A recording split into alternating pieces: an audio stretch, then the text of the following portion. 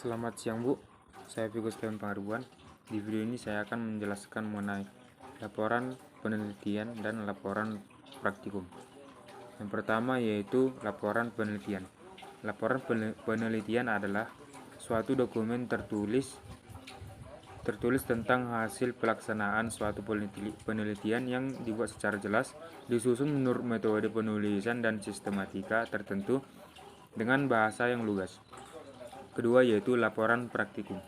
Laporan praktikum adalah sebuah informasi pertanggungjawaban dari page 6-10 kegiatan siswa saat melakukan pengamatan atau uji coba dalam suatu pembelajaran yang merujuk pada materi yang telah didapatkan sebelumnya.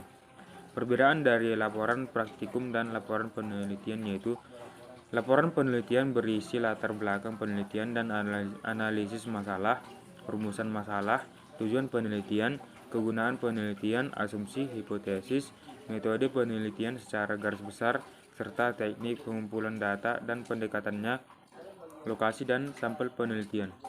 Sedangkan laporan praktikum berisi sebuah informasi pertanggungjawaban dari page 6-10 kegiatan siswa saat melakukan pengamatan atau uji coba dalam suatu pembelajaran yang merujuk pada materi yang telah didapatkan sebelumnya. Teknik penulisan laporan penelitian dan praktikum yaitu yang pertama laporan penelitian. Teknik penulisannya yaitu laporan penelitian harus sesuai dengan sistematika penyusunan karangan ilmiah. Secara umum berdasarkan sistematika penulisan laporan atau karangan ilmiah yang berlaku, sebuah laporan ilmiah harus mencakup 3 bab atau bagian penting yaitu bagian pendahuluan, bagian isi, dan penutup. Yang pertama yaitu bagian pendahuluan. Dalam teknik penulisan laporan penelitian, bagian pendahuluan ini memiliki peranan penting untuk mengetahui beberapa hal mendasar terkait dengan penelitian yang telah dilakukan.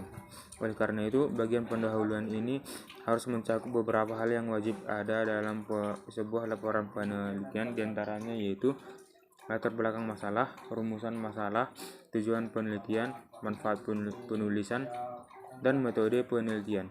Yang kedua yaitu bagian isi. Dalam bagian isi inilah hasil penelitian dibahas sesuai dengan rumusan masalah dan tujuan penelitian di awal. Dalam bagian isi inilah penulisan menyampaikan pendapatnya mengenai permasalahan yang diangkat berdasarkan data yang ia peroleh di lapangan selama penelitian.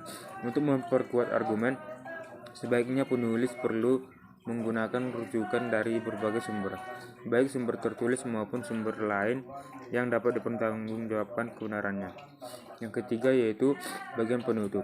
Teknik penulisan laporan penelitian menuntun para peneliti untuk menyampaikan laporan hasil penelitiannya secara runtut.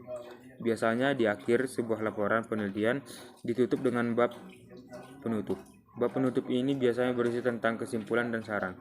Kesimpulan diambil dan ditulis berdasarkan bagian isi. Sementara saran biasanya bersifat opsional. Boleh dimasukkan, boleh tidak. Namun tidak dianggap perlu. Saran dapat dituliskan setelah kesimpulan.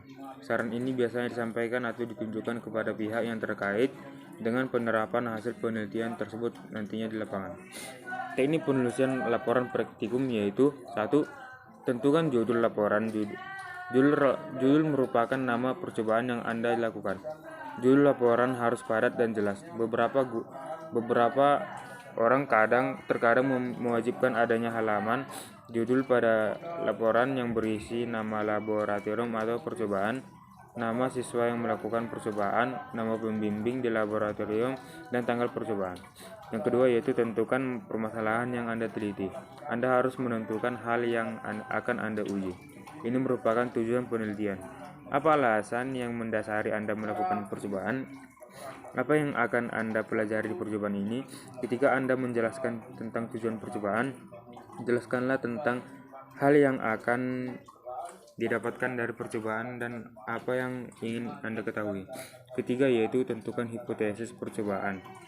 Hipotesis merupakan hasil yang diharapkan untuk memecahkan masalah dalam percobaan secara teoritis atau perkiraan hasil percobaan. Pada dasarnya, hipotesis ialah suatu perkiraan hasil penelitian yang berdasar pada teori yang telah Anda yakini akan menjadi hasil percobaan. Sekian Bu penjelasan dari saya. Terima kasih Bu.